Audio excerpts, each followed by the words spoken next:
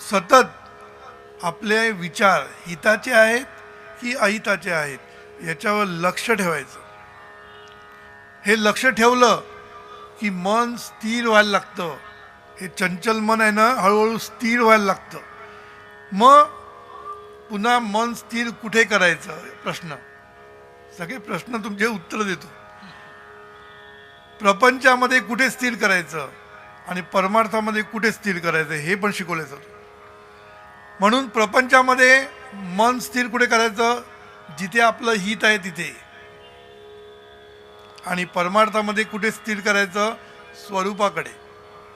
म्हणजेच आतला जो ईश्वर आहे, ज्याला आपण स्वरूप म्हणतो, सच्चिदानंद स्वरूप म्हणतो, आत्मशक्ती म्हणतो, चित्शक्ती म्हणतो, चैतन्य शक्ती म्हणतो, आत्मा म्हणतो, जे काही आहे तिथे आपलं मन स्थिर करणं आणि ते हळूहळू स्वरूपाकार करणं हे परमार्थाच्या दृष्टीने करायचं आपल्याला. म्हणून मन एकदा स्वरूपाकार झालं की मन हे मन उरतच नाही. म्हणून सद्गुरूंनी म्हटलंय, kill the mind and you will get the bliss. म्हणजे काय, किल द माइंड म्हणजे मारून टाक त्या मनाला, म्हणजे तुला ब्लिस मिळेल, म्हणजे ब्रह्मानंद मिळेल. मन मारायचं म्हणजे काय, त्याला काय अंत करायचं नाही मनाचा. मन मारायचं म्हणजे मन शुद्ध करत जायचं. म्हणून निर्मळ हे पहिली स्टेप झाली. नंतर मन शुद्ध करत जायचं म्हणजे सूक्ष्म करत जायचं. आणि सूक्ष्म करता करता करता करता एवढं सूक्ष्म होईल की ते स्वरूपाकार होईल आणि मन आणि स्वरूप वेगळे राहणारच नाही. हे परमार्थाच्या बाजूने झालं. आता प्रपंचाच्या बाजूने काय करायचं. प्रपंचाच्या बाजूने मी सांगितलं, हिताच्या ठिकाणी मन स्थिर करायचं. कुठे स्थिर करायचं, हिताच्या ठिकाणी मन स्थिर करायचं आपल्याला. आता हित तुमचं कशात आहे, प्रपंचामध्ये तुमचं हित कशामध्ये आहे, काम करण्यामध्ये. सद्गुरूंनी त्याच्यावर खूप सांगितलं, सगळं सांगितलं तर वेळ पूर्ण नाही. पण सद्गुरू सांगितले की कामासाठी पोट की पोटासाठी काम. सद्गुरूंनी प्रश्न विचारलेला आहे. म्हणून एक काम आपल्याला करायलाच पाहिजे.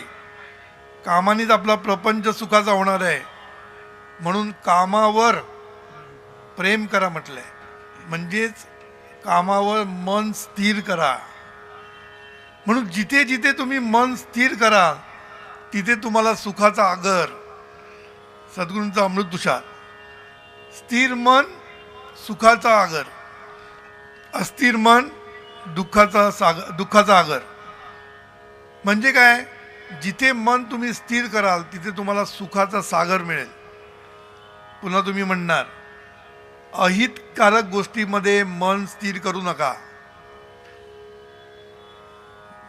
मन स्थिर असतं एकदम.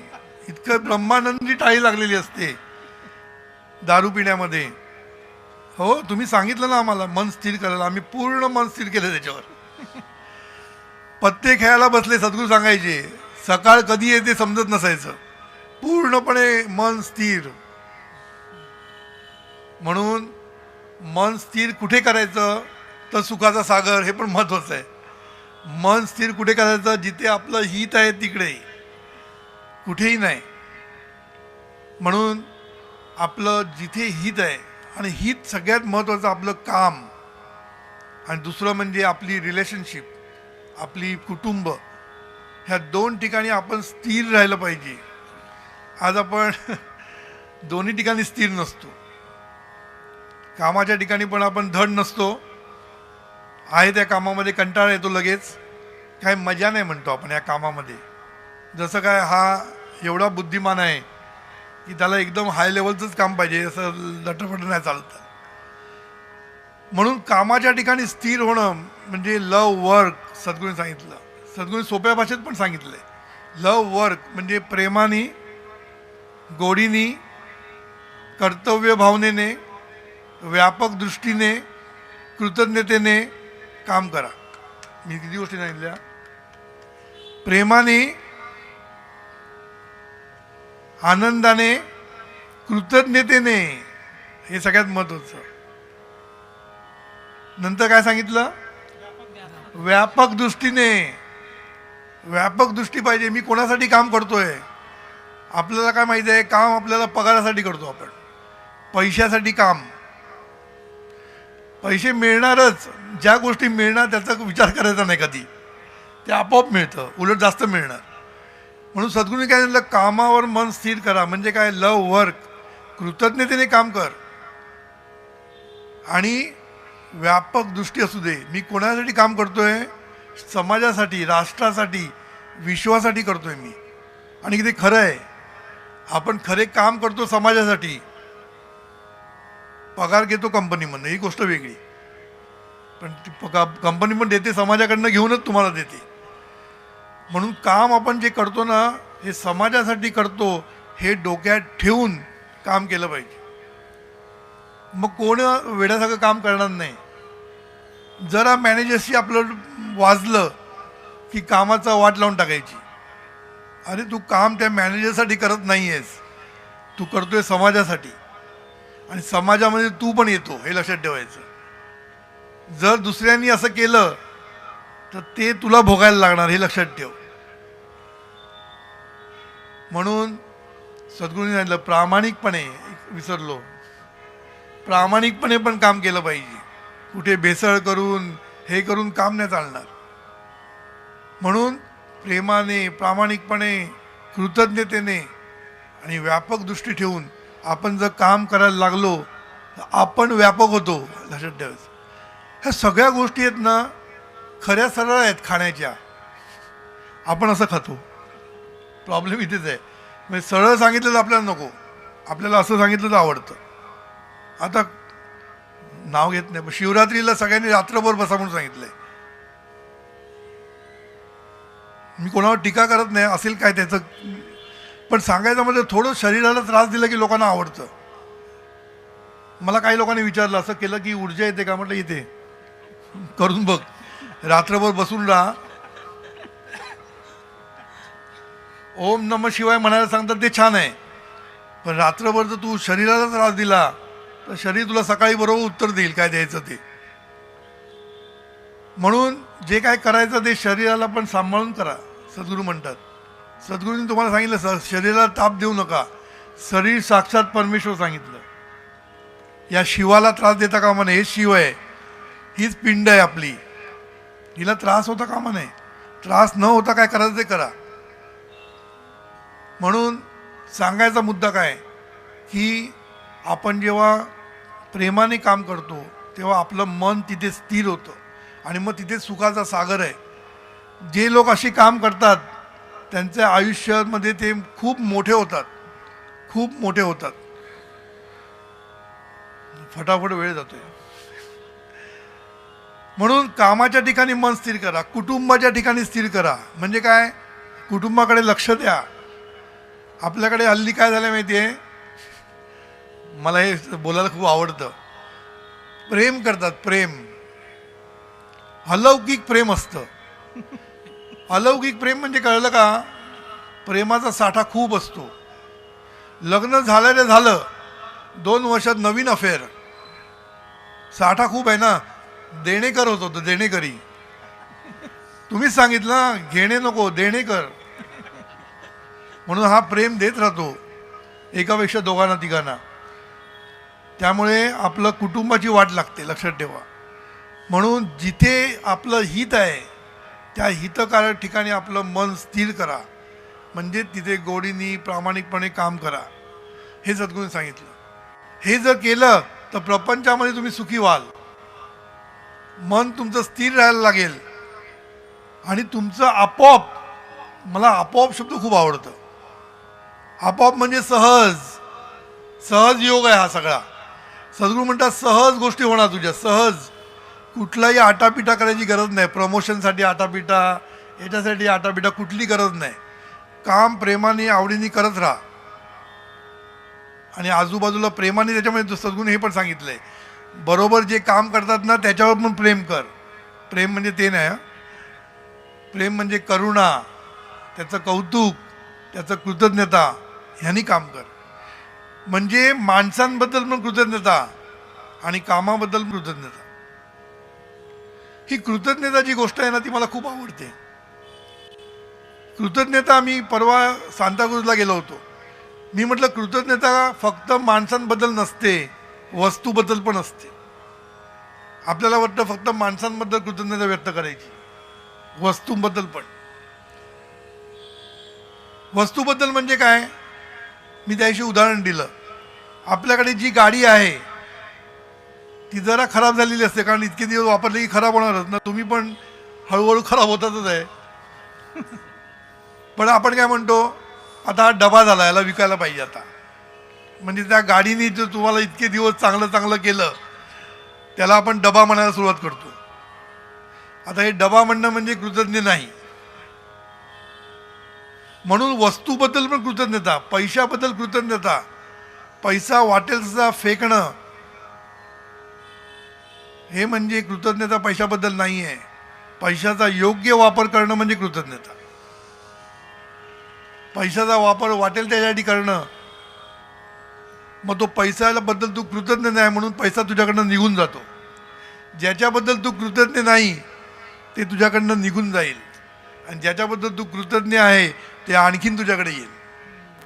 आज जर तुझ्याकडे डबा तू म्हणतोस तो असेल, तर उद्या तुझ्याकडे मर्सिडीज येईल. कृतज्ञ असशील तर. डबा म्हणशील तर डब्यात जाशील. खरं आहे. म्हणजे वस्तूबद्दल पण आपण कृतज्ञ राहायला पाहिजे, वस्तूबद्दल. म्हणून कंपनीबद्दल कृतज्ञता. कंपनी म्हणजे काय असतं, कंपनीबद्दल कृतज्ञता. कंपनीमध्ये माणसांबद्दल कृतज्ञता, पैशाबद्दल कृतज्ञता. सगळ्यांबद्दल आपण सतत कृतज्ञ राहायला पाहिजे. आणि हे जेव्हा कृतज्ञ राहतो ना आपण, तेव्हाच आपलं मन स्थिर राहतं. लक्षात ठेवा, मन नियंत्रणात राहतं. म्हणून या सर्व गोष्टी कशासाठी करायच्या आहेत, ह्या चंचल मनाला पकडून आणण्यासाठी. आणि हे करता करता परमार्थ असा कर की तो पण सिद्ध होईल. सद्गुरूंनी खूप सुंदर सांगितलं, प्रपंच सोडून काहीच करू नकोस. प्रपंच असा कर की त्याच्यातनं परमार्थ सिद्ध होईल, सांगितलं. म्हणून मनाला वळण देणं आणि त्याला हितकारक गोष्टीकडे स्थिर करणं ही पुढली स्टेप. तिसरी स्टेप काय, हे जे आपण जे स्थिर करतो मनाला, तिथे तू आवडीने काम कर आणि ते मन त्या हितकारक ठिकाणी स्थिर कर, हे सांगितलं मी. आणि त्याच्यानंतर ते स्वरूपाकार करणं म्हणजे परमार्थ सिद्ध करणं असं आहे. म्हणून मनाला वळण दिल्यानंतर तुम्ही निवृत्त अवस्थेमध्ये पण जाऊ शकता. पण ते सबंध दिवस तुम्हाला निवृत्त अवस्था काम करणार नाही तुमच्यासाठी. म्हणून निवृत्त अवस्था थोड्या वेळ, सकाळी साधनेपुरती. मग त्याच्यानंतर आपलं मन स्थिर हिताच्या ठिकाणी करायचं आपल्याला. असं जर आपण करत गेलो तर हे मन आपल्या हातात यायला लागेल, हातात. आणि मग स्वरूपाकार कसं व्हायचं हे पण सद्गुरू शिकवलेलं आहे. म्हणून सद्गुरू काय म्हणतात, हे स्थिर मन आहे ना, हे स्वरूपाच्या ठिकाणी स्थिर करत जा. मग ते कसं करायचं हे सद्गुरू शिकवतात. त्याच्यासाठी तुम्हाला सद्गुरूंचा अनुग्रह घ्यायला लागेल. मग काही अनुग्रहाचं ते महत्त्व सांगितलं. अनुग्रहाचं महत्त्व सांगताना त्यांनी सांगितलं 9 ग्रहाच्या पुढे असं म्हटलं. मी तेच वाक्य जरा वेगळ्या रीतीने सांगतो. सगळे ग्रह तुम्हाला अनुकूल होतील.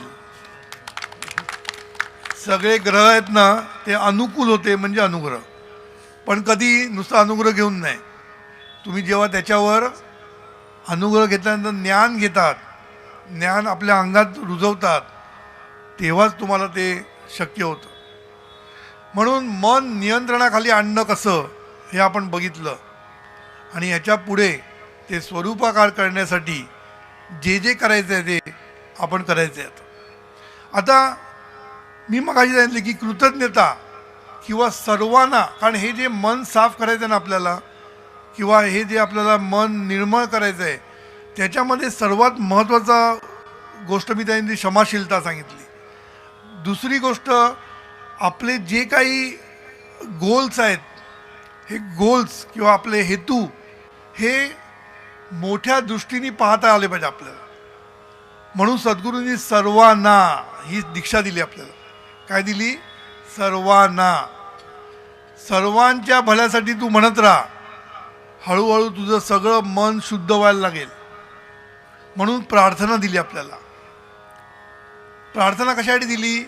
सतत ही प्रार्थना जेव्हा तू म्हणशील तेव्हा तुझ्या आतमधलं जे किटाळ विटाळ जे आहे ते हळूहळू कमी होईल, हळूहळू कमी होत जाईल.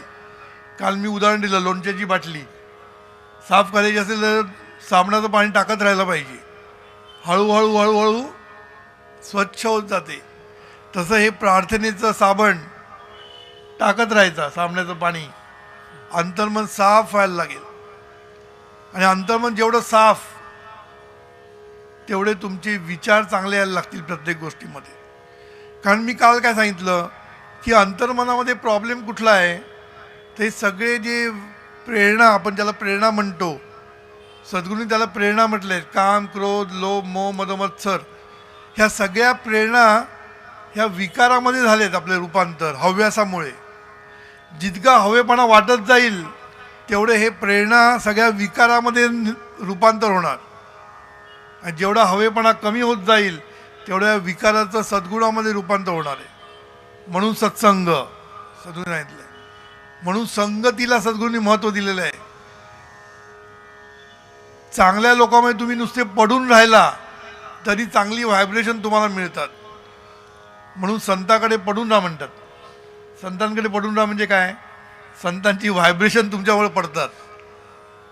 म्हणून संतासारखी जी माणसं आहेत, चांगली माणसं, सज्जन माणसं, यांच्या जर संगतीमध्ये तुम्ही राहिला तर तुम्हाला ते चांगली व्हायब्रेशन मिळतात आणि तुमचं हे सगळं चांगलं चांगलं वरती यायला लागतं. म्हणून या प्रेरणाचं रूपांतर आपल्याला सद्गुणामध्ये करायचं आहे, विकसित करायचे ते. तर त्याच्यासाठी आपल्याला सत्संगाची गरज आहे. आणि हे सर्वांना हे औषध पाहिजे आपल्याला.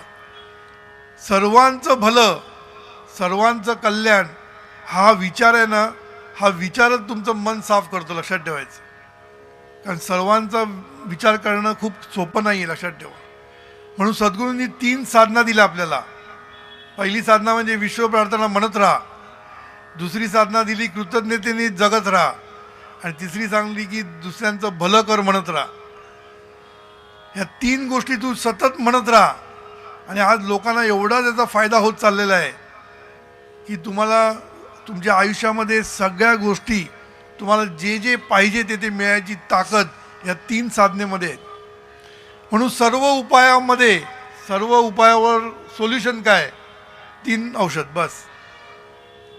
3 गोष्टी केल्या की जेवढ्या समस्या तुमच्याकडे आहेत, माझ्याकडे लोक येतात काउन्सिलिंगसाठी. खरं म्हणजे या 3 साधनेशिवाय मी आणि काय सांगत नाही. पण या 3 साधना त्याला त्या केसमध्ये कशा उपयोगी पडते ते मी समजावून सांगतो. ज्यांना ऑफिसमध्ये प्रॉब्लेम्स आहेत, पॉलिटिक्स चाललेलं आहे, त्यांना भलकरची साधना देतो, गोळी, भलकरची गोळी देतो. ती करायला सुरुवात कर, पॉलिटिक्स थांबतं की नाही बघ. टार्गेट्स होत नाहीत. कॉर्पोरेटमध्ये माझ्याकडे लोक येतात, टार्गेट्स होत नाही, हो डिप्रेशन आलं आहे. डिप्रेशनची गरज नाही. काय करायचं? भलकरची साधना कर. जे जे कस्टमर आहेत सर्वांबद्दल भलकरची साधना कर, बघ काय होतं ते. लोकांना फायदे झालेत. सहज, पुन्हा सहज शब्द, सहज टार्गेट सहज होत आहेत. सहज टार्गेट होत आहेत. सगळ्या गोष्टी सहज होतात तरी आपल्याला नको नको हे असलं, हे आमचं वय नाही म्हणतात.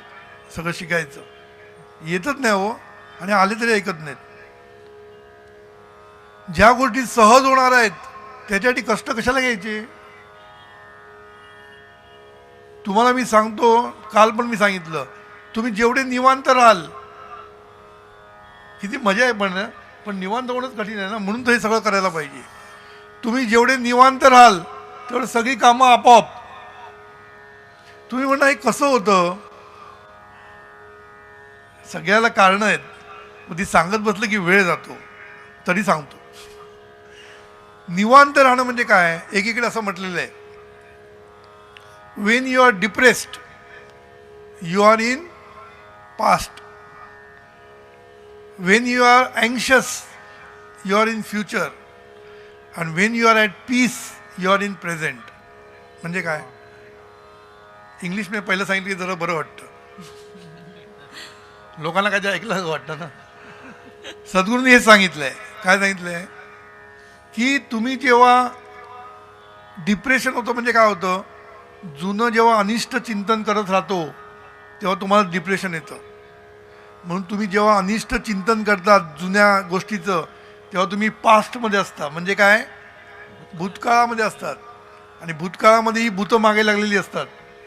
अनिष्ट चिंतनाची भूतं तुमच्या मानेवर बसलेली असतात. जेव्हा अँक्शस म्हणजे काय? पुढली काळजी होणार की नाही, मिळणार की नाही, ॲडमिशन मिळणार की नाही, पैसा मिळणार की नाही, नोकरी मिळणार की नाही, बायको मिळणार की नाही चांगली, हे सगळे प्रॉब्लेम आहे ना अँक्शस. म्हणजे तुम्ही फ्युचरमध्ये जाता. आणि पीस ऑफ माइंड कधी मिळतं? प्रेझेंटमध्ये मिळतं. म्हणून प्रेझेंटला गिफ्ट म्हटलेलं आहे. म्हणून तुम्ही जेव्हा प्रेझेंटमध्ये असतात म्हणजे निवांत असता. जेव्हा निवांत असता तेव्हा तुम्ही प्रेझेंटमध्ये असता. दोन्ही सांगतो. प्रेझेंटमध्ये असता तेव्हा निवांत असता, आणि निवांत असता तेव्हा तुम्ही प्रेझेंटमध्ये असता. जेवढे सद्गुरूंच्या कुशीत तेवढे तुम्ही शांत राहता ना. का? सद्गुरू बघून घेणार. तसं आपण जेव्हा इथे असतो प्रेझेंटमध्ये निवांत असतो तेव्हा याच्या कुशीत असतो. कोणाच्या ते तुम्ही म्हणा, मी आहे त्याच्या म्हणतो. जो आहे त्याच्या कुशीत आपण शांत असतो, निवांत असतो. आणि आपण जेव्हा निवांत असतो तेव्हा तो आहे सगळं बघून घेतो. तो आहे ना, तो सगळं बघून घेतो. मग तुम्हाला कशाला बघायचं आहे? तुम्हाला फक्त निवांत राहायचं आहे, प्रयत्न करत राहायचं आहे. प्रयत्न योग्य दिशेने प्रामाणिकपणे. पुन्हा सांगतो सगळं. प्रयत्न कसे? प्रामाणिकपणे, कृतज्ञतेने, व्यापक दृष्टीने तुम्ही फक्त प्रयत्न करत राहायचं आहे. आणि निवांत. निवांत म्हणजे रिझल्टचा विचार करायचा नाही, काय होणार याचा विचार करायचा नाही. फक्त काम करण्यामध्ये मन स्थिर करायचं. जेव्हा तुम्ही रिझल्टचा विचार करतो तेव्हा कामावर परिणाम होतो. कळलं का? जेव्हा रिझल्टचा विचार करतो, परिणामाचा विचार करतो तेव्हा कामावर तुमचा परिणाम होतो. लक्षात ठेवा. काम नीट होत नाही कारण तुमचा विचार तिकडे गेले. म्हणजे तुम्ही तिथे पोचला. मग प्रेझेंटमध्ये काम कसं होणार? काम करण्यासाठी प्रेझेंटमध्ये पाहिजे ना. आता यांना सूर लावायचा आहे. सूर लावता लावता ते घरी पोचले तर सूर कसा लागेल? सूर लावण्यासाठी तिथेच राहिलं पाहिजे तर सूर लागतो. म्हणून सूर जेव्हा लावतात ना, एक एक लावून बसतात तेव्हा ते खरे इथे पोचलेले असतात जवळ. म्हणून त्यांना ब्रह्मानंद मिळत असतो. जेव्हा 6 लावतात तेव्हा दुसऱ्याला पण मिळतो, त्यांना पण मिळतो. हो की नाही? म्हणून निवांत जेवढे राहाल ना तेवढं त्याच्यावर जबाबदारी तुम्ही टाकून मोकळे व्हायचं. आणि प्रयत्न मात्र. नाही तर त्याच्यावर जबाबदारी आराम झोपाल नाही. प्रयत्न सतत चांगल्या रीतीने प्रामाणिक. पण तिथे पण कंडिशन्स आहेत. Conditions apply.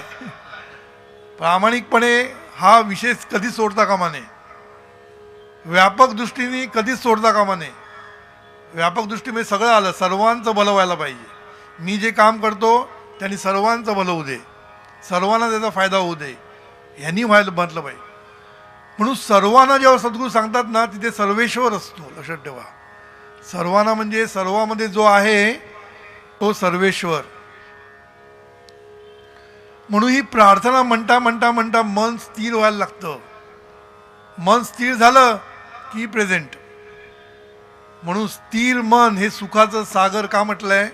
कारण तुम्ही प्रेझेंटमध्ये असता, त्याच्या कुशीत असता. त्याच्या कुशीत आहे म्हणजे तुम्हाला काळजीच नसते, सगळं तो बघून घेत असतो.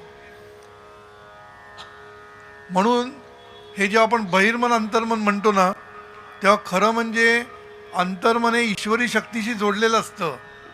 आणि ते नेहमी वरती जायला बघतं कारण ते ईश्वराकडे जायला बघतं. आपण त्याला खेचून खाली आणतो. बहिर्मन आहे ना ते अंतर्मनाला खेचून खाली आणतं. त्याला जायचं असतं वरती कारण त्याची दृष्टी वरतीच असते ईश्वराकडे.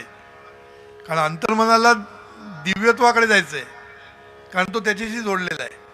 आणि बहिर्मन जगाशी जोडलेलं असल्यामुळे ते जगाकडनं तुम्हाला हवेपणा तुम्हाला खेचत असतो. म्हणून मला एक फुगा, आपण माहिती ना फुगा, सोडला की तू चालला वरती, पकडला की खाली आला. बरोबर ना? तसं बहिर्मन या अंतर्मनाला पकडून ठेवतं, त्याला ईश्वराकडे जायला देत नाही. म्हणून हे बहिर्मन जेव्हा निवांत होईल, अंतर्मन स्वच्छ होईल, तेव्हा अंतर्मन आपोआप दिव्यत्वाकडे जाईल. म्हणजे तुम्हाला सगळं तो देऊ शकेल. म्हणून अंतर्मनाकडे, म्हणजे आता मी हे शब्द सोडून अंतर्मनाकडे का आलो ते समजायला सोपं आहे. म्हणून तुम्ही जेव्हा निवांत राहाल तेव्हा अंतर्मन सगळं काही तुम्हाला देईल न मागता. हे पुन्हा आणि आहे. काय तुम्ही मला काय सांगताय? हेच तर प्रॉब्लेम आहे. जीवन विद्येचा हाच तर मजा आहे सगळी. तुम्हाला मागायची पण गरज नाही. म्हणून मी एकदा असं म्हटलं होतं की अपेक्षा न ठेवता स्थिर मनाने, व्यापक दृष्टीने, प्रामाणिकपणे, कृतज्ञ भावनेने काम कराल तेव्हा अनपेक्षित यश मिळेल.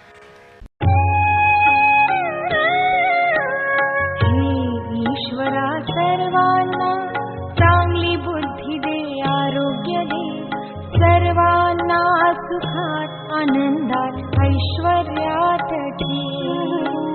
सर्वांचं भलं कर, कल्याण कर, रक्षण कर आणि तुझे